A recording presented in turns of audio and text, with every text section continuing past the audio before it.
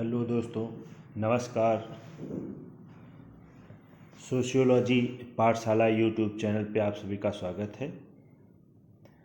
दोस्तों, इस practice set में पीजीटी यूपी पीजीटी स्पेशल इस प्रैक्टिस सेट में कुल 30 प्रश्नों को शामिल किया गया है। इस स्पेशल सीरीज़ में ये छठी वीडियो है और अभी तक 5 वीडियो अपलोड कर दिया हूँ मैंने। अगर आप लोगों ने पिछली वीडियो को न देखा हो तो जा कर के उसको देख लीजिएगा। इस प्रैक्टिस सेट में हम पिछले पीजीटी में पूछे जाने वाले प्रश्नों को और साथ ही यूपी में अन्य एग्ज़ाम जैसे हायर एजुकेशन में पूछे गए प्रश्नों को हमने सम्मिलित किया हुआ है। तो ऐसे प्रश्नों को सम्मिलित किया है जिसे परीक्षाओं में पूछे जाने की संभावना रहती है। मैं ऐसे प्रश्नों को इसमें सम्मिलित किया हूँ। दोस्तों, यदि वीडियो अच्छे लगे तो लाइक करें, अगर चैनल पर नए हों तो सब्सक्राइब करें, दोस्तों के पास शेयर करें। तो इस प्रैक्टिस सेट का आज का पहला प्रश्न है, निम्नलिखित में से किसने कहा कि किसी सामाजिक तत्व का प्रकार उस तत्व का योगदान है जो कि सामाजिक व्यवस्था की क्रियाशीलता के रूप में सामाजिक जीवन बनाता है। परिभाषा है, किसी सामाजिक तत्व का प्रकार उस तत्व का योगदान है जो कि सामाजिक व्यवस्था की क्रियाशीलता के रूप में सामाजिक जीवन बनाता है। किसने कहा है? विकल्प में है Malinowski, Merton, Radcliffe Brown, Emile Durkheim. तो ध्यान रखिएगा दोस्तों, यह परिभाषा जो है रेडक्लिफ ब्राउन महोदय की है। तो इस प्रकार से सी विकल्प क्या हो जाएगा? सही हो जाएगा। यदि रेडक्लिफ ब्राउन के बारे में बात करें तो ये एक संरचनात्मक प्रकारवादी विचारक थे। इन्होंने अंडमान आइलैंडर्स नामक पुस्तक लिखी है। 1922 ईस्वी में इनकी यह पुस्तक आई थी। और इस प्रकार देखा जाए तो इनकी एक पुस्तक और आती है, बहुत महत्वपूर्ण पुस्तक है, कई बार परीक्षाओं में पूछा हुआ है, नेचुरल साइंस ऑफ सोसाइटी।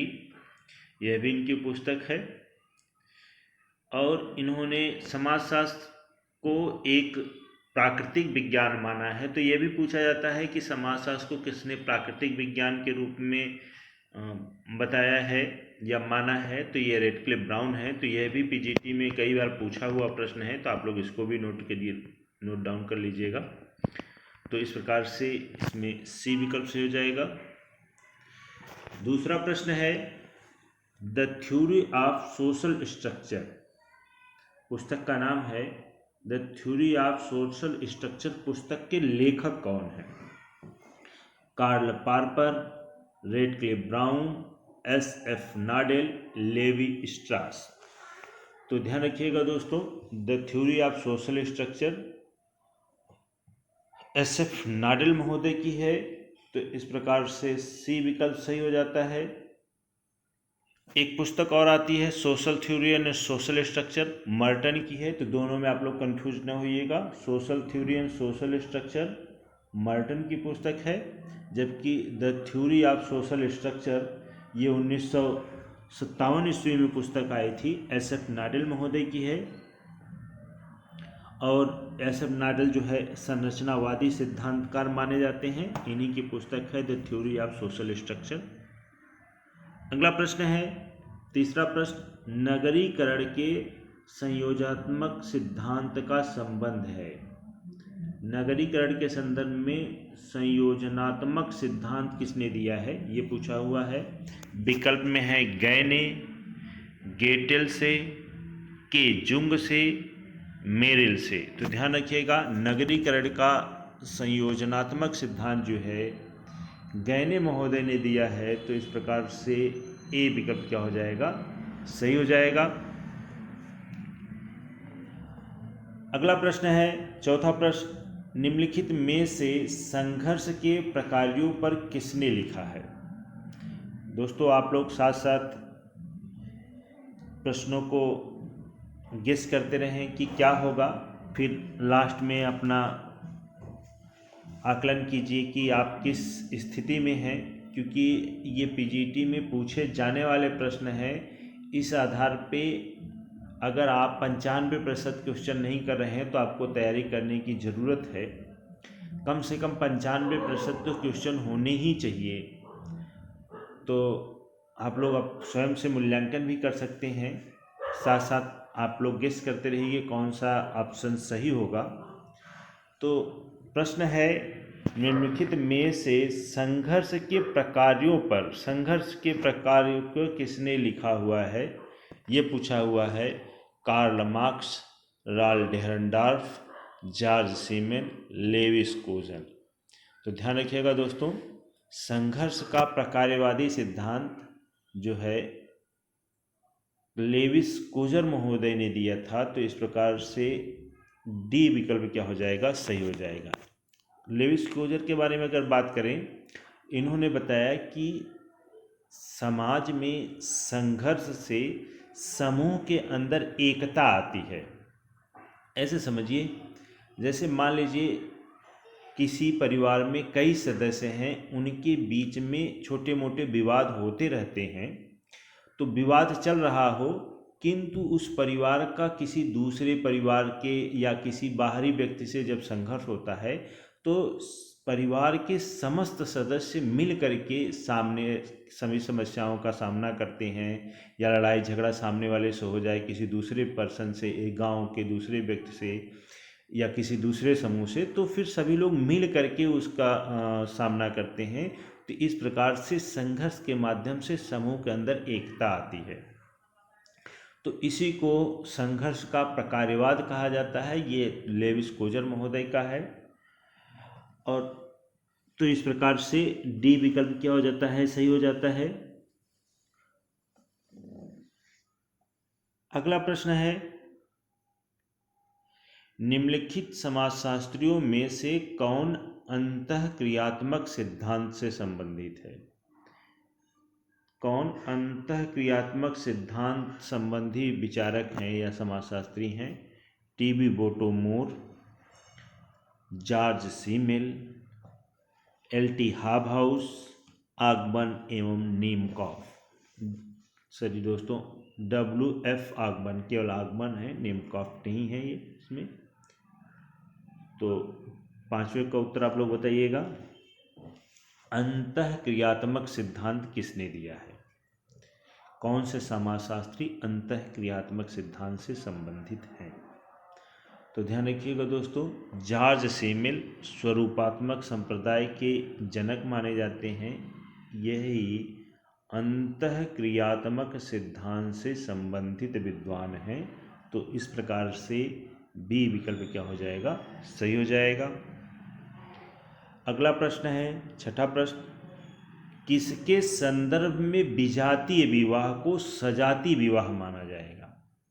ध्यान रखिएगा, इसमें दोस्तों पहला शब्द दिया है विजाति, मतलब एक समूह दिया है, यहाँ पे नाम विकल्प दिया हुआ है। अगर एक समूह दूसरे समूह से विवाह, दूसरे समूह में विवाह करते हैं तो ये विजाति हो गया।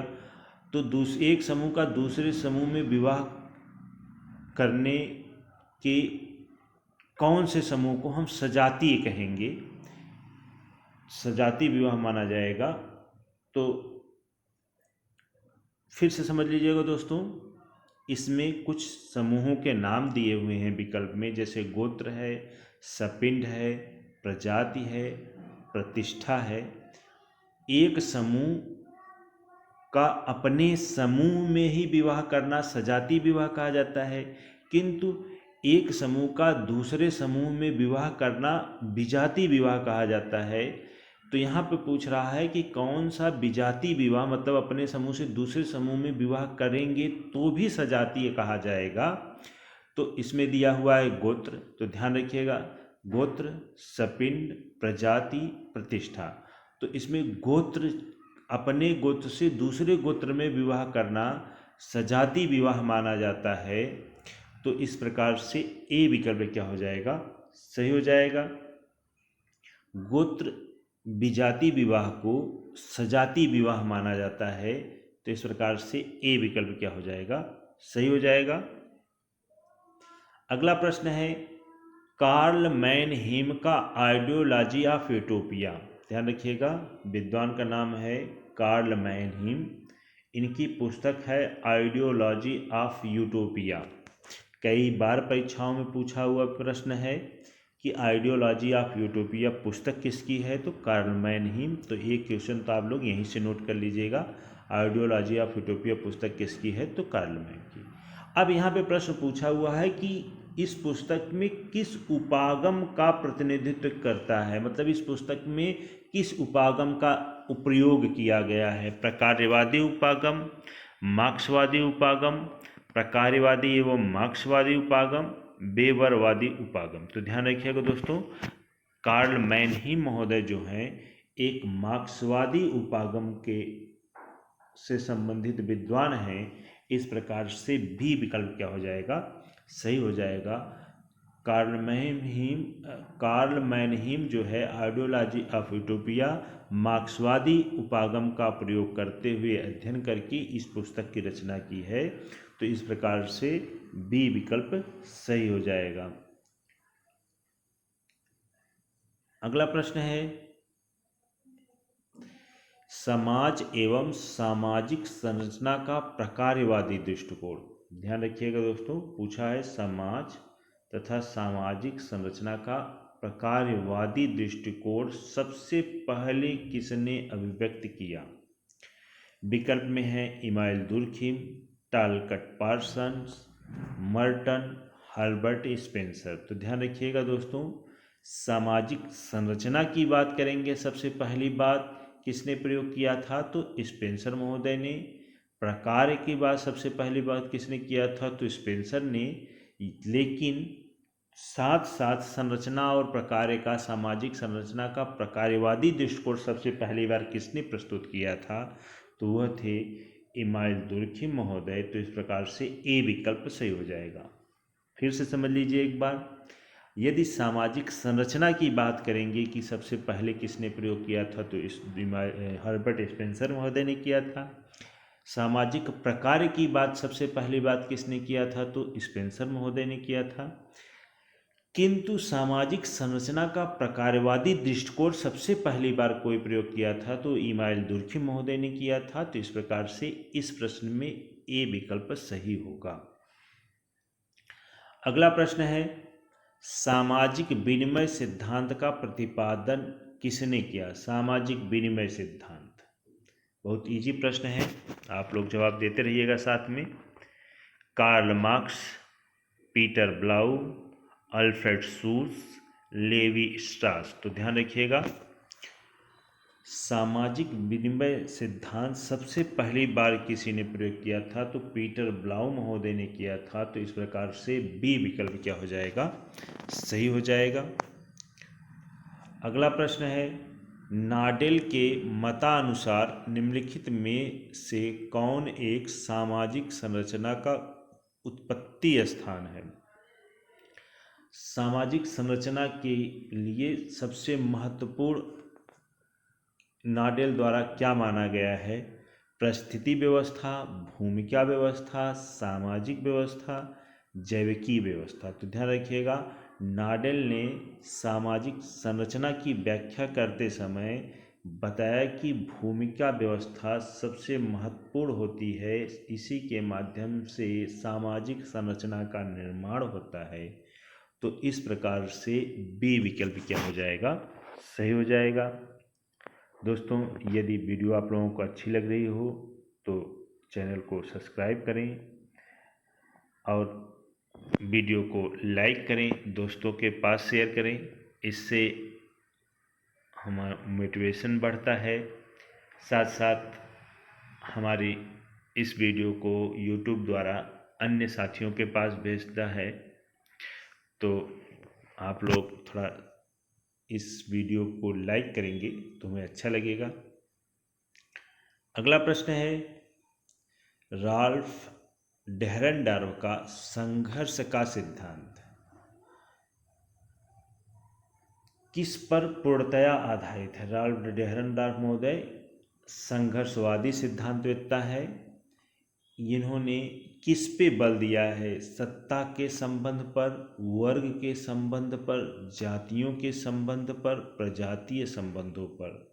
तो ध्यान रखिएगा, वर्गों में विरोध के आधार पर संघर्ष की बात जो है कार्ल मार्क्स महोदय करते हैं, जबकि राल्फ डेहरनडॉर्फ महोदय ने सत्ता संबंध के आधार पे बताया कि सत्ता का असमान वितरण ही समाज में संघर्ष का मूल कारण है। एक बार ध्यान से सुन लीजिएगा, सत्ता का असमान वितरण समाज में संघर्ष का कारण होता है, इसलिए सत्ता संबंध के आधार पर इन्होंने संघर्ष सिद्धांत की व्याख्या किया हुआ है।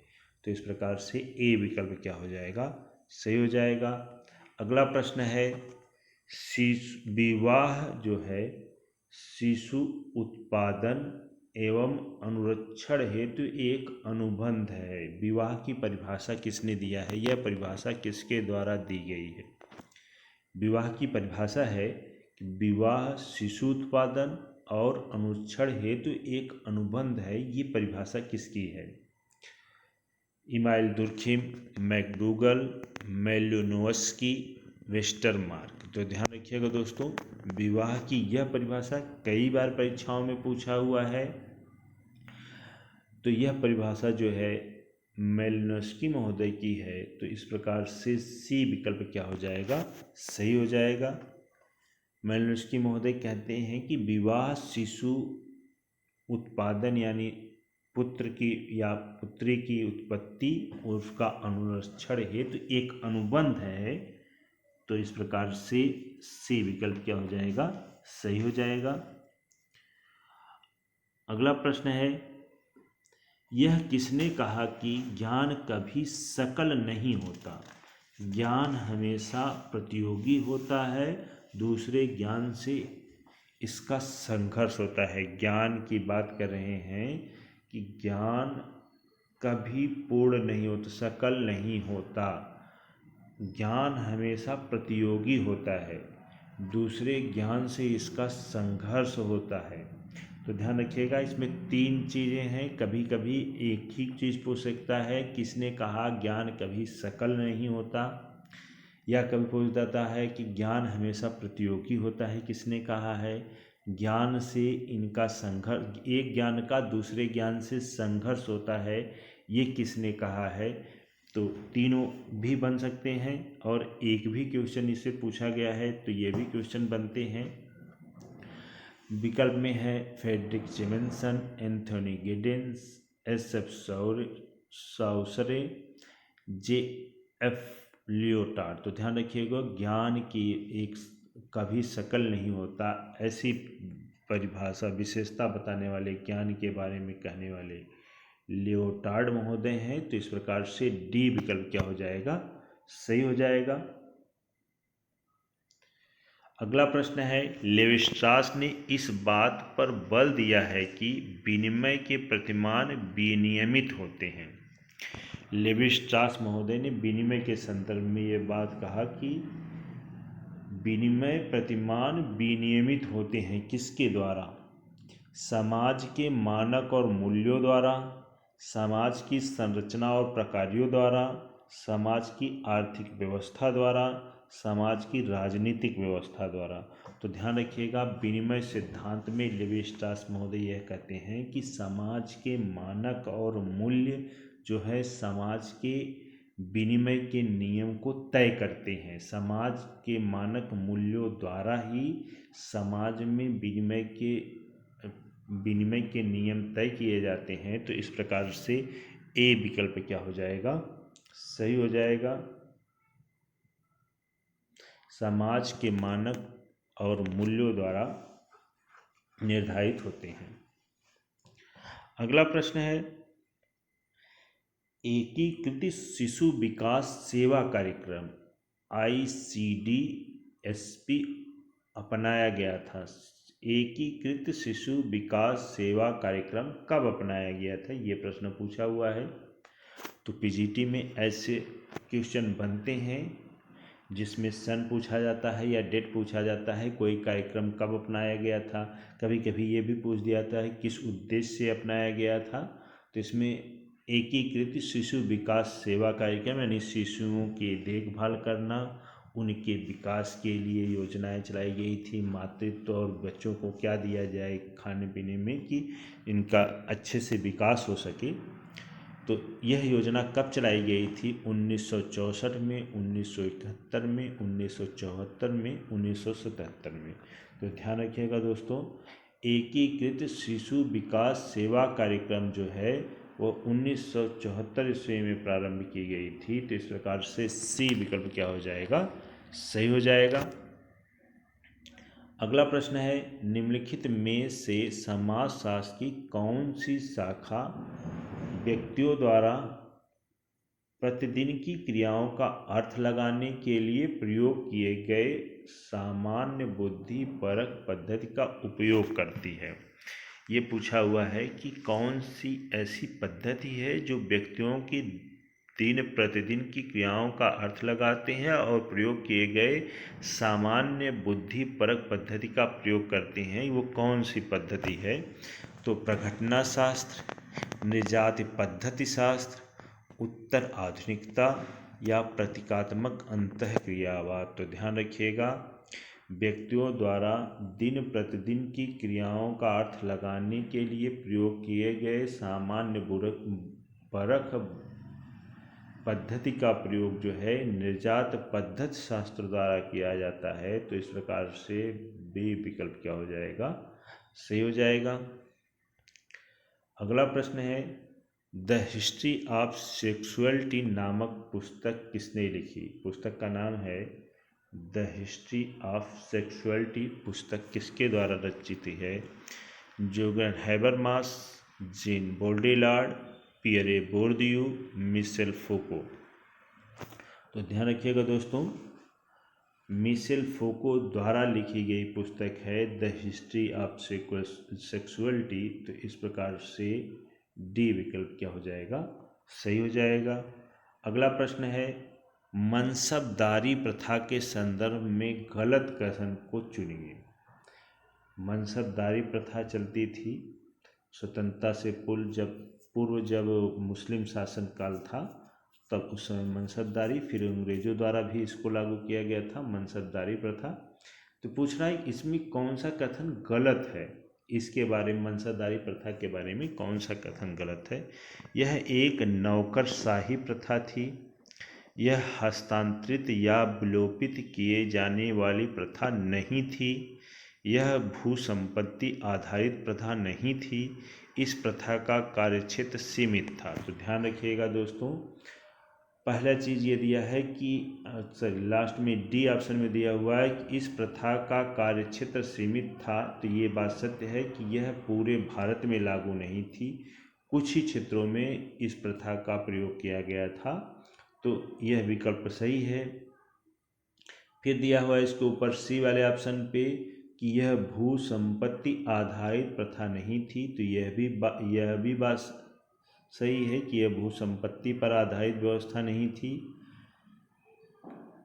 और यह नौकरशाही प्रथा थी, यह भी बात सत्य है।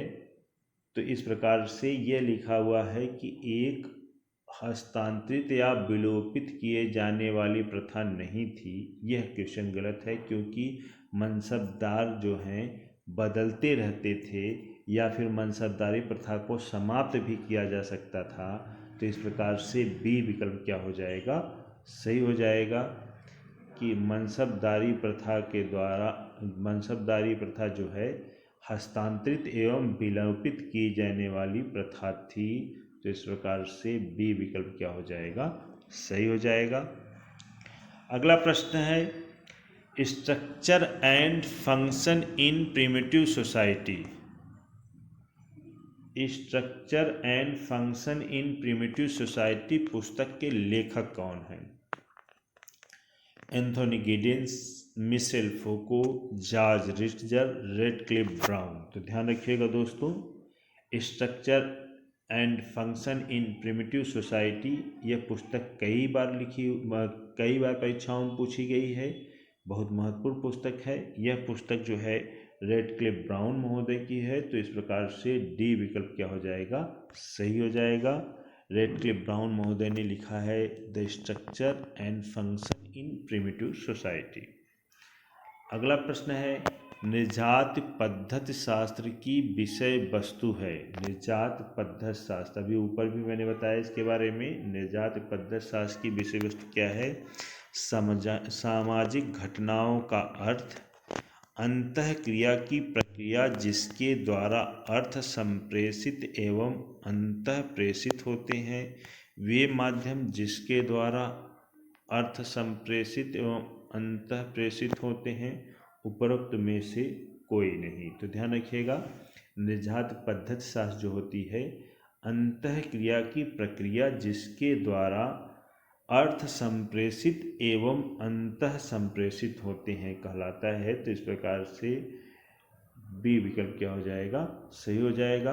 अंतःक्रिया की प्रक्रिया जिसके द्वारा अर्थ संप्रेषित एवं अंतः संप्रेषित होते हैं, यह निर्जात पद्धति शास्त्र की विषय वस्तु है। दोस्तों, यदि वीडियो अच्छी लग रही हो तो आप लोग लाइक करें, दोस्तों के पास शेयर करें। चैनल पे यदि नए हों तो चैनल को सब्सक्राइब भी करें। अगला प्रश्न है, सामाजिक स्तरीकरण को इस तरह परिभाषित किया जा सकता है। सामाजिक स्तरीकरण को कैसे परिभाषित किया जा सकता है, धन, क्षमता एवं विशेषाधिकारों के आधार पर वर्गों का स्थान निर्धारित करना, एक सामाजिक वर्ग का दूसरे सामाजिक वर्ग द्वारा शोषण, विभिन्न सामाजिक वर्गों के बीच अंतःक्रिया, सामान्य गुणों के आधार पर सदस्यों के वर्ग निर्धारित करना। सामान्य गुणों के आधार पर सदस्यों के वर्ग निर्धारित करना। तो ध्यान रखिएगा दोस्तों, स्तरीकरण में क्या होता है, किसी एक आधार पर उच्चता और निम्नता में विभाजन क्या कहलाता है, स्तरीकरण। वह क्या कुछ भी हो सकता है, कोई भी एक आधार होता है, जैसे क्षमता के आधार पे, धन के आधार पे, कोई विशेषाधिकार के आधार पर वर्गों का स्थान निर्धारित करना। स्थान निर्धारित मतलब कोई उच्च होगा कोई निम्न होगा, ऐसा स्थान पहले से तय कर दिया जाता है क्षमता, धन या विशेषाधिकार के आधार पे, तब उसे हम क्या कहते हैं, सामाजिक स्तरीकरण। तो इस प्रकार से ए विकल्प क्या हो जाएगा, सही हो जाएगा। क्षमता, धन एवं विशेषाधिकार के आधार पर वर्गों का स्थान निर्धारित करना क्या कहलाता है, सामाजिक स्तरीकरण। अगला प्रश्न है, प्रघटना क्रिया विज्ञानी एवं निर्जात पद्धति शास्त्री समाजशास्त्र सामाजिक क्रिया को समझने हेतु व्याख्यात्मक उपागम है। निम्नलिखित में से सही कथन का चयन कीजिए। किस प्रकार का दृष्टिकोण है, दृष्टिकोण पूछा हुआ है। सामाजिक क्रिया विज्ञान एवं निर्जात पद्धति शास्त्र समाजशास्त्र सामाजिक क्रिया को समझने हो तो व्याख्यात्मक उपागम किसके दृष्टिकोण से है, समाज के दृष्टिकोण से, भावनात्मक कर्ता के दृष्टिकोण से, व्यक्ति के दृष्टिकोण से, सामाजिक कर्ता के दृष्टिकोण से। तो ध्यान रखिएगा दोस्तों, इसमें पहले प्रश्न को ध्यान रखिए, सामाजिक प्रघटना क्रिया विज्ञान एवं निर्जात पद्धति विज्ञान जो है, यह घटनाओं का अध्ययन व्यक्ति के दृष्टिकोण से करता है। तो इस प्रकार से सी विकल्प क्या हो जाएगा, सही हो जाएगा। पहले घटनाओं का अध्ययन जो है समाज के दृष्टिकोण से किया जाता था, किंतु अब जो है निर्जात पद्धति शास्त्र या प्रघटना विज्ञान जो है, ये व्यक्ति के दृष्टिकोण से समाज की घटनाओं का अध्ययन करते हैं। तो इस प्रकार से सी विकल्प क्या हो जाएगा, सही हो जाएगा। यदि दोस्तों यदि कहीं पे भी आपको क्वेश्चन डाउट लगता है या कन्फ्यूजन होता है, या मेरे द्वारा बताया गया कोई भी जवाब आपको लगता है कि ये गलत है, तो आप कमेंट बॉक्स में लिख सकते हैं। वीडियो हमारी कैसी लगी इसके बारे में भी आप लोग लिख सकते हैं, अपने सुझाव दे सकते हैं। और इस वीडियो में क्या क्या चेंजेस करने चाहिए या क्या बदलाव करने चाहिए, तो आपके सुझाव हमको मिलेंगे तो हमको बहुत अच्छा लगेगा। मैं फिर प्रयास करूँगा कि आपके द्वारा दिए गए सुझावों का हम अनुसरण करते हुए उसमें कुछ बदलाव लाएं। तो आपके पास जो भी सुझाव हो, जो भी डाउट हो, वो आप कमेंट बॉक्स में लिख करके हमको दे सकते हैं, मैं उसका निराकरण करने की कोशिश करूँगा। गिडेंस के संरचनात्मक सिद्धांत के अनुसार निम्नलिखित में से कौन सा सही है? गिडेंस ने संरचनात्मक सिद्धांत दिया है, तो निम्नलिखित में से क्या है? उनके अनुसार संरचनात्मक सिद्धांत क्या है? सामाजिक संबंध संरक्षित होते हैं तथा समय व स्थान परिप्रेक्ष्य में। सी विकल्प है संरचनित संबंध द्वियामी संरचना के परिणाम है। संरचना व्यक्तियों की बनी होती है। तो गिडिंस ने संरचनात्मक सिद्धांत दिया था, उसमें उन्होंने बताया कि सामाजिक संबंध संरक्षित होते हैं तथा वह समय व स्थानीय परिप्रेक्ष्य में। इस प्रकार से बी विकल्प क्या हो जाएगा? सही हो जाएगा, क्योंकि इसमें ए विकल्प को जोड़ते हुए समय और स्थान परिप्रेक्ष्य में ए तथा समय और स्थान के परिप्रेक्ष्य में होता है, तो इस प्रकार से बी विकल्प क्या हो जाएगा? सही हो जाएगा। यहाँ पे ऐसे भी दे सकता था, यह भी क्वेश्चन दे सकता था कि विकल्प ए और बी दोनों देता तो भी हो सकता था, किंतु इस बी वाले विकल्प में ए जोड़ करके साथ में दिया हुआ है, तो इस प्रकार से बी विकल्प क्या हो जाएगा? सही हो जाएगा। अगला प्रश्न है, अंधविश्वास उसे कहते हैं। अंधविश्वास किसे कहा जाता है, ये पूछा हुआ है। जिसमें घटना के साथ पर्याप्त संबंध हो। दूसरा है घटना की कुछ पृष्ठभूमि हो, घटना की तर्कपूर्ण जांच की गई हो, घटना का दोष सिद्ध से कोई संबंध ना हो। तो अंधविश्वास का तात्पर्य होता है कि घटना के साथ कोई पर्याप्त संबंध हो, तब तो वो अंधविश्वास ही नहीं, वो तो स्वयं विश्वास है जो कि संबंध बता रहा है।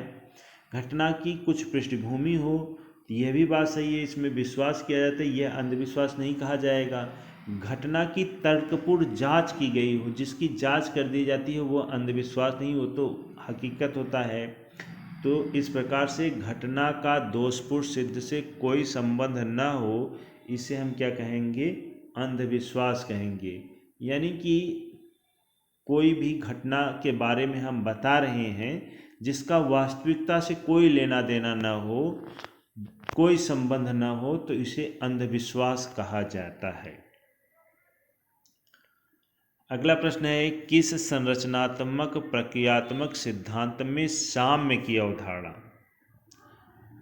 संरचनात्मक प्रक्रियात्मक सिद्धांत में साम्य की अवधारणा को स्पष्ट रूप से अस्वीकार किया गया है। साम्य की अवधारणा मतलब साम्यवाद की अवधारणा को अस्वीकार किया गया है। ऐसी कौन सी सिद्धांत है?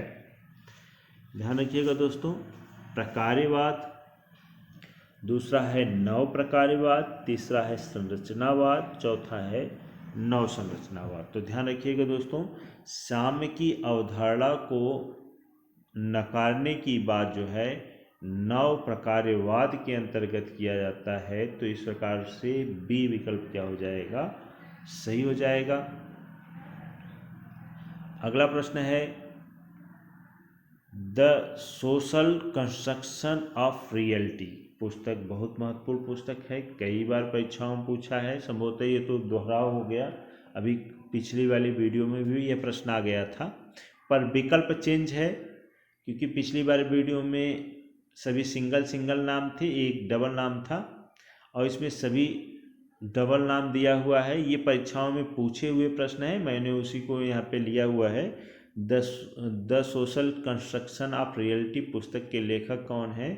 गिडेंस एवं लकमैन, बर्जन एवं गिडेंस, बर्जन एवं लकमैन, पार्सन्स एवं सिट। तो ध्यान रखिएगा दोस्तों, सोशल कंस्ट्रक्शन ऑफ रियलिटी पुस्तक जो है पीटर बर्जर एवं लकमैन महोदय की है, तो इस प्रकार से सी विकल्प क्या हो जाएगा? सही हो जाएगा। अगला प्रश्न है, प्रतिमान होते हैं। प्रतिमान किसे कहा जाता है? देखिए, वर्ग आचरण के वे मानक जिसका अनुसरण इनके सदस्यों को निश्चित रूप से करना चाहिए। दूसरा है वे मानक जिसका पालन व्यक्तियों के प्रसार लाने हेतु किया जाता है। तीसरा विकल्प है कतिपय नियम जो व्यक्तियों को किसी किस्म की अंतर क्रिया से दूर रखने हेतु अपनाए जाते हैं।